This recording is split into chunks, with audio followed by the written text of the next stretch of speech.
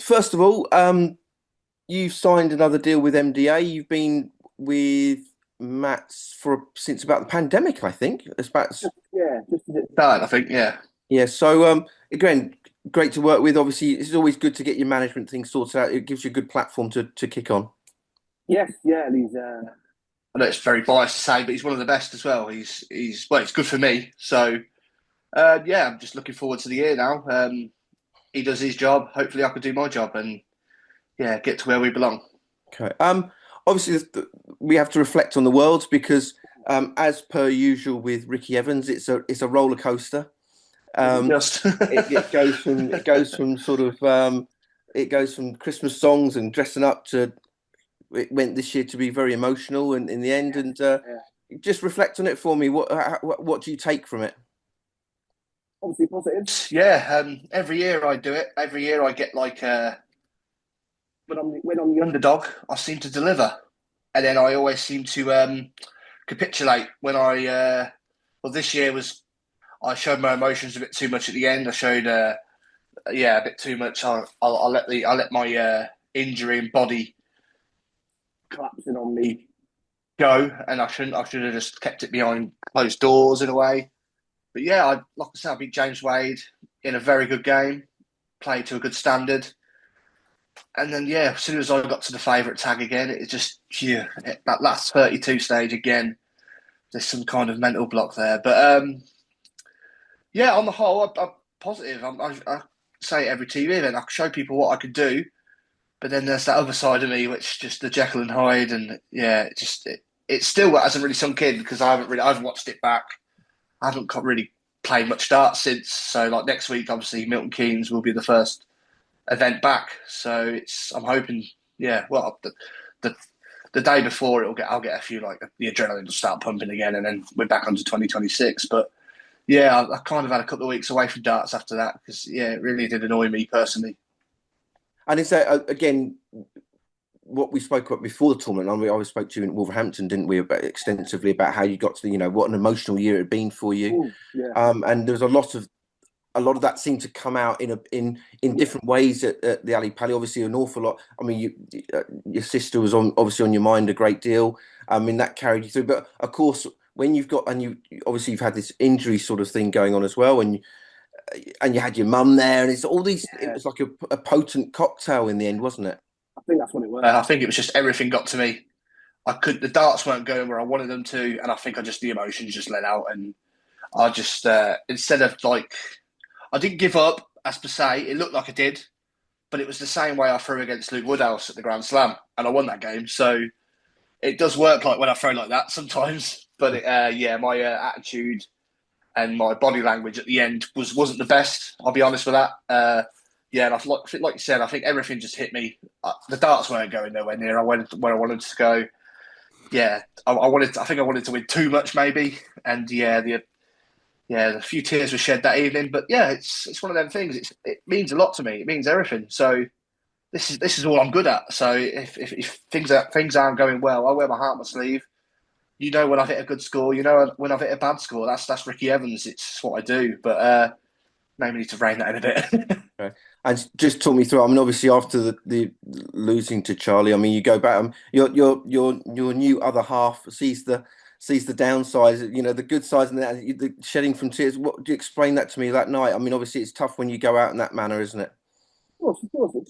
It's the World Championship. So it was a great chance for both of us to get to the last 16. So when you lose, it's not nice. It's not nice when you lose in the Wigan Leisure Centre or in Leicester, but to lose in the biggest TV event of them all, and to it's the way I went out. It's just because I was more upset with myself because yeah, like I didn't really, yeah, it didn't look good Okay. from I, TV perspective, and yeah, I was gonna ask you about this, and I'm sorry to drag this up, but obviously Wayne Mardle said after he said you looked unprofessional, and yeah, I did. is Yeah, that how you feel? yeah, of course, because it's just I've got one of them throws. I've got one of them personalities where it just looks like I'm not trying in a way. When they go, like I said, I did it in the Grand Slam and I won the game. So it was like it does work, but when it's not going well, yeah, it does look like I'm just lobbing them in a way. But yeah, it's one of them things. I just have to grow up and what not grow up, but just just learn how to lose with dignity. Because I knew I'd lost a game and I lost the fifth set.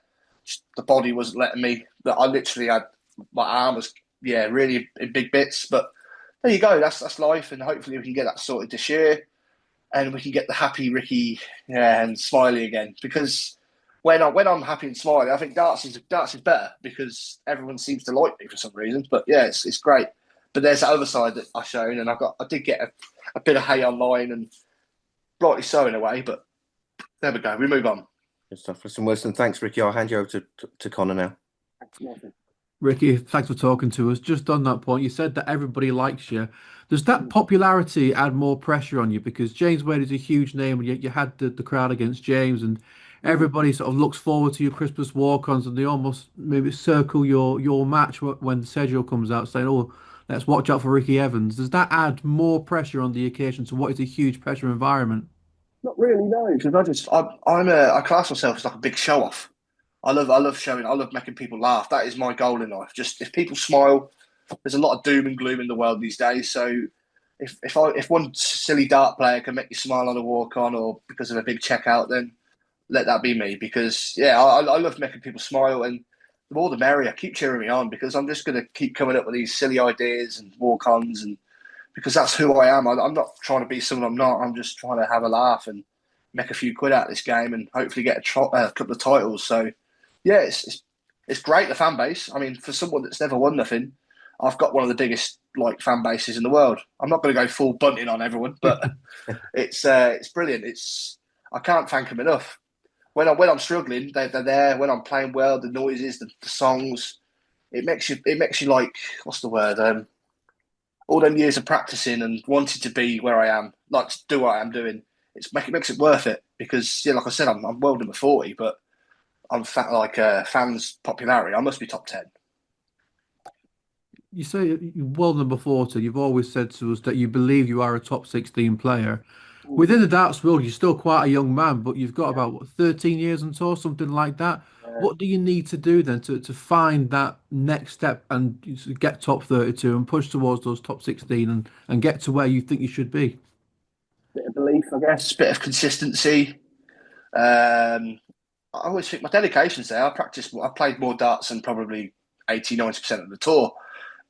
Maybe that could be the reason. Maybe I need to cut down on my local leagues. Maybe just because I played too much darts. But yeah, I don't know. If anyone's got the answer, I will pay them some good money. But it's not through lack of trying. We'll say that because I'll give my heart out in every like Leicester Pro Tour, every Hildesheim Pro Tour. Anything. If I'm in a raffle at Christmas, I want to win it. I don't care what I'm doing, where I'm playing. And yeah, it's always been like semi-finals. Like I've got a few quarter-finals now on the TV, and it's always Pro Tour finals. Yeah, it's annoying, but there you go. I'm still on tour. I'm still doing it. I'm still trying. So maybe this is the year. Maybe this 2026 is the year where I finally get that little Pro Tour win, which bumps me up the rankings or whatever. But yeah, I'm hoping so. Do you think that maybe sort of having that, because you said that at the World Championship that the problem seems to be when you get that tag as the favourite, and we talk to a lot of players and they always talk about they want to go under the radar. Do you feel like if you was less Ricky Evans or more and did fly under the radar, do you think that could help, or do you think that's going to take too much away from who you are? I think it would help. The amount of Pro Tours, like 2025 last year, that I played like a seed on my board. And at the time, I'm thinking, oh, God, I could have had an easier draw than that. And I win the game. And I'm thinking, well, I don't know, what am I worrying about? And then, as horrible as it sounds, I play like a lesser name, that someone you think, okay, that's a nicer draw. And then you lose. And it's just like, just give me Rob Cross or Damon Heta or someone that I know that I've just beat, like in the previous events or whatever. It just doesn't make sense. Maybe I need to be like an underdog in every game, because I love it. I've got no fear, and I kind of like in myself. I want to show the seed that I'm a good. If that makes any sense, like I know they all know I'm good, but I want to show like them like they go to their Euro tours or their Premier Leagues and go, oh, I played Ricky Evans last week. Yeah, he was good. Stuff like that. But I don't know what it is. I wish, like again, I wish I knew. I wish I knew. And just one more from me. I remember a line that you said at the World Championship that you're not good enough to play in the Premier League, but we'd have a better Premier League with you in it. What did you do make of the lineup, and what would you add to the Premier League if one day we was to see Ricky Evans in it for 16 weeks? Well, obviously, I'd have certain walk-on songs for where I was playing. That would be the yeah. So I'd maybe do the River Dance in Dublin or whatever. Walk on to what's the German Lederhausen maybe in Berlin. But yeah, for me personally, I'd have Aspinall win. That's me. I'm an Aspinall boy. Love his walk-on. Love his the whole attitude of darts. Just love the way he is. Big fan of him. But yeah, it's a good eight. They're good eight players, and they're the eight of the best 10 in the world, I guess, whatever it is. But yeah, yeah, it's one of them things. I'm not good enough. I've got the odd 100 average in me, but they do it every week, then, boys. That's why they're the best in the world, and that's why I'm where I am in the world. But yeah, but my music and walk-ons would certainly liven it up, and we'd have a bit of fun on it. That's why I kind of want the contenders to come back, because I'll probably be in that. But it's one of them things. Thursday nights is my free and easy night as well. But no, it's still the goal one day. I think I'd put bums on seats, but then you could put anyone in the Premier League. We can all throw good darts now and then. It's just them not do it all the time, and there's a reason why they're in it and I'm nowhere near it. Okay. Just one more from me, Ricky. Obviously, last year was such a tumultuous year for you with your family, but obviously you famously said, "I've got a bird now," and you know, and in all seriousness, and although you usual Ricky about it all, sort of, you know, we sort of followed the story, if you like, but does that settle you down? Does that make a big difference to you psychologically and give you an extra motivation to succeed so she can see what you do as well? Yeah, it's lovely having her there. Like I said, I was going through a bad time, and I've lost one best friend, and I've got another one now. So it's lovely. It's lovely to have, and she's, like I said, she's there for the highs and lows. And there's been a lot more highs this last year. Darts anyway. At the end of the year, it was very good for me, and yeah, I've got something to play for now, because obviously I'm never going to live at home with my dad all the time. I can move out maybe one day and start a life with her. So that's the goal. That's the plan. And I ain't going to do that until I start winning some big bucks. So yeah, it's good. Everything's good at the minute. So literally today I'm going to meet the in-laws. So I'm a bit shaky today. But yeah, it's just one of them things. I've waited a decade to have a girlfriend, so I might as well make the most of it. And there was tears, obviously, at the Ali Play, because your mum was at the Ali Play. Is that right?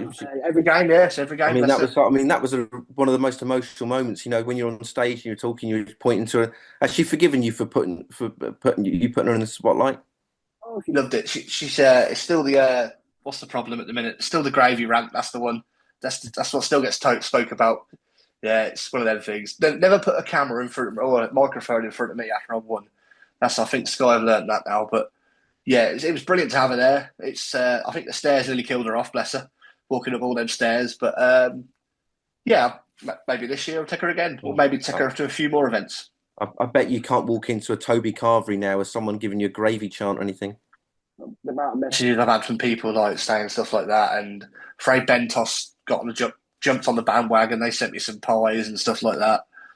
And Fray Bentos sent you some pies? Yeah, I've got some pies here, yeah, and a jumper. So yeah, it's lovely. You've got a Fray Bentos jumper as well. Yep. Right. Yeah. So this isn't going to go away. Maybe you're going to have sort of Bisto sponsored or something like that. Maybe.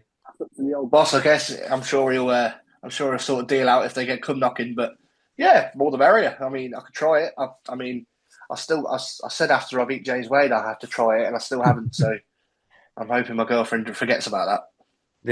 So what you want this year, and bearing in mind that I'm a tabloid journalist, that you want to be different gravy this year, though, don't you?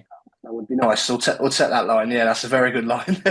Different gravy, certainly. Yeah, what I want to be.